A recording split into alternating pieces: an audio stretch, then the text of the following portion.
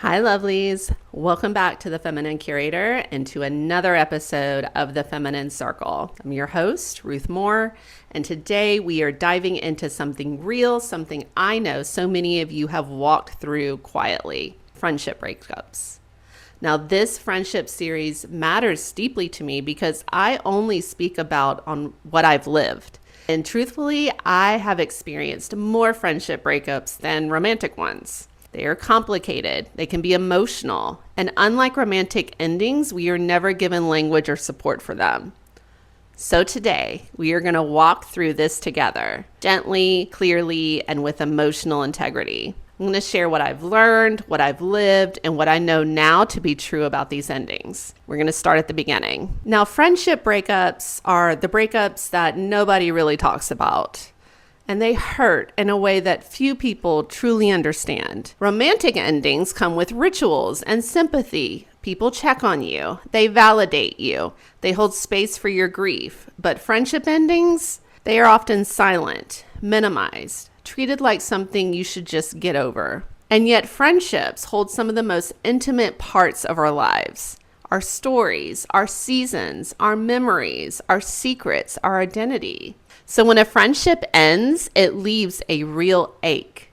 And if you feel that ache, you're not being dramatic, you're human. You're grieving a connection. And before a friendship ends, there is almost always a shift. So let's talk about what happens before the breakup. There are signs that the friendship is changing. So every breakup, romantic, work-based, or friendship-based, starts way before the ending, and often your body senses it first. You might notice that the energy feels different. The conversations feel heavier. You start shrinking to avoid conflict. You leave interactions feeling depleted instead of held. You catch yourself making excuses for behavior you know is not okay. These shifts aren't drama, they are invitations. They are invitations to pause, to check in with yourself, and ask yourself, is this connection still nourishing me? Is it still safe? Is it aligned? And eventually, clarity comes. So we're going to talk about the moment where everything becomes undeniable. There is a moment, sometimes it's quiet, but oftentimes sharp, when you know that this friendship cannot continue the way that it has. And when that moment comes, it brings two questions. Is this something we can repair? And if we can, should we? And what I've learned is this: repair is only possible when emotional maturity is present on both sides. Some endings are gentle, some are more abrupt, and some are simply truth. You've outgrown a dynamic that was never meant to follow you into your next season. So that brings us to the hardest part, the release. Let's walk through this with clarity. Releasing a friendship with grace and not chaos is something that we are just not taught, because we usually either blow it up or we betray ourselves. And the betrayal of self often looks like staying too long, bending too far, over-explaining, excusing patterns that you know is harmful. And here's what I've learned through my own endings: that releasing someone doesn't have to be dramatic to be decisive. You can release her without rewriting her as the villain, and you want to release her without silencing yourself. Not everyone who can't go with you is an enemy. Some are simply not aligned with the woman that you are becoming. So we're going to stop over-explaining ourselves to someone committed to misunderstanding us. Explanations don't manufacture emotional maturity. We are going to choose peace over proximity, and remembering that distance isn't loyalty, it's discernment. We are going to let silence be the boundary and know that some endings don't require a speech. Silence is sometimes the truth. We are going to accept closure without a final conversation. Patterns are conversations, and they speak louder than words. We're going to honor our hurt without needing permission. We don't have to prove our pain to someone who benefits from us staying quiet. Releasing someone isn't weakness, it's integrity. And often it's the only way back to yourself. Now, once you've released, the question becomes, how do we exit?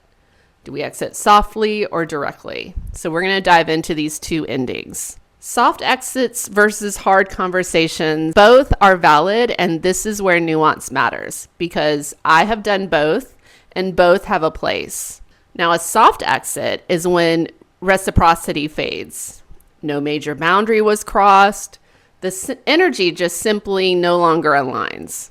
These endings are quiet and gentle. A soft exit honors what was without forcing what isn't.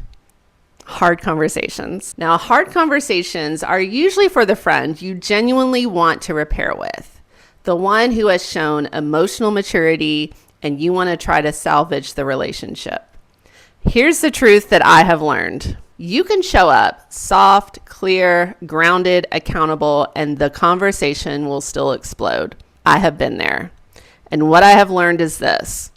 A hard conversation only works when both people value repair over defensiveness, discomfort over blame shifting, truth over performance. And when those ingredients are not present, a hard conversation becomes emotional shrapnel. So whether you choose a soft exit or a hard conversation, choose the path that best protects your peace, your energy, and your evolution. So now that we've talked about the endings, let's address loyalty. Now, loyalty is something very important to me. It is one of my friendship pillars, and it is something I have struggled with after a friendship ending. Here is what I now believe about loyalty, and it took me years to get here. Once a friendship ends, so does the loyalty that came with it. It's not out of bitterness, it's out of boundaries. I do not rewrite history. I do not drag names. But I also no longer protect the behavior that broke the connection. My integrity stays intact and my loyalty returns to myself. Here is an affirmation that anchors this entire episode. I don't villainize. I don't drag names, but I no longer silence myself to protect someone's image. I do not protect the behavior that broke me. I protect myself. Now, this lesson came from experience, especially around the idea of protecting someone's name. I want to talk about it a little bit. Now, because this part is personal to me.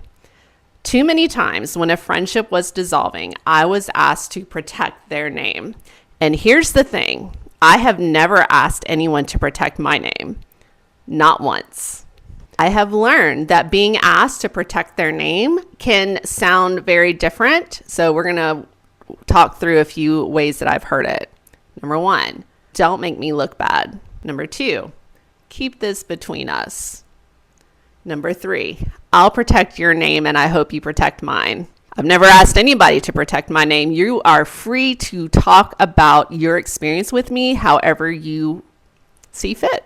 I have learned over the years, and this is where I stand now, that protecting someone's name is a privilege. It's not a right. And I will no longer carry the weight of someone's behavior to preserve their reputation. Some people want you to hide the exact pattern that hurt you. They want to hide their behavior because all they are showing is performance. And when you finally speak from truth, they will call it villainizing, but it's not. It's honesty, it's context, and it's reclaiming your story. And once you reclaim your story, now grief will set in. The grief stage of a friendship ending is something no one really talks about.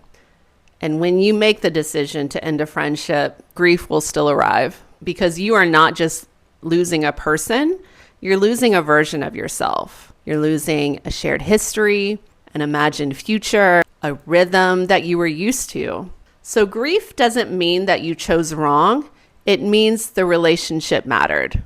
Some friendships aren't broken. They are just complete. When the grief settles, something beautiful begins, the rebuilding. Friendships that you build in midlife are different and they are beautifully different.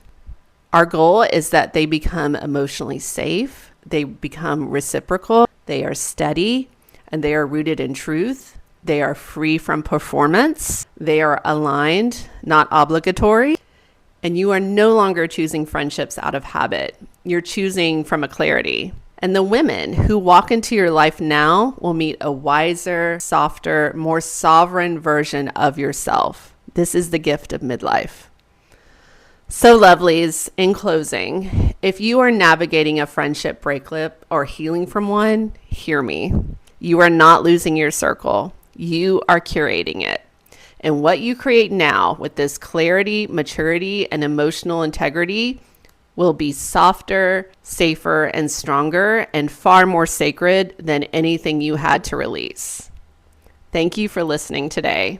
Share this episode with a friend, a daughter who needs this reminder. As always, connect with me. I'm on Instagram, TikTok, and YouTube under the House of Ruth. And as I leave you today, I hope you honor your peace, protect your heart, and walk into your next season with integrity. I will see you next time.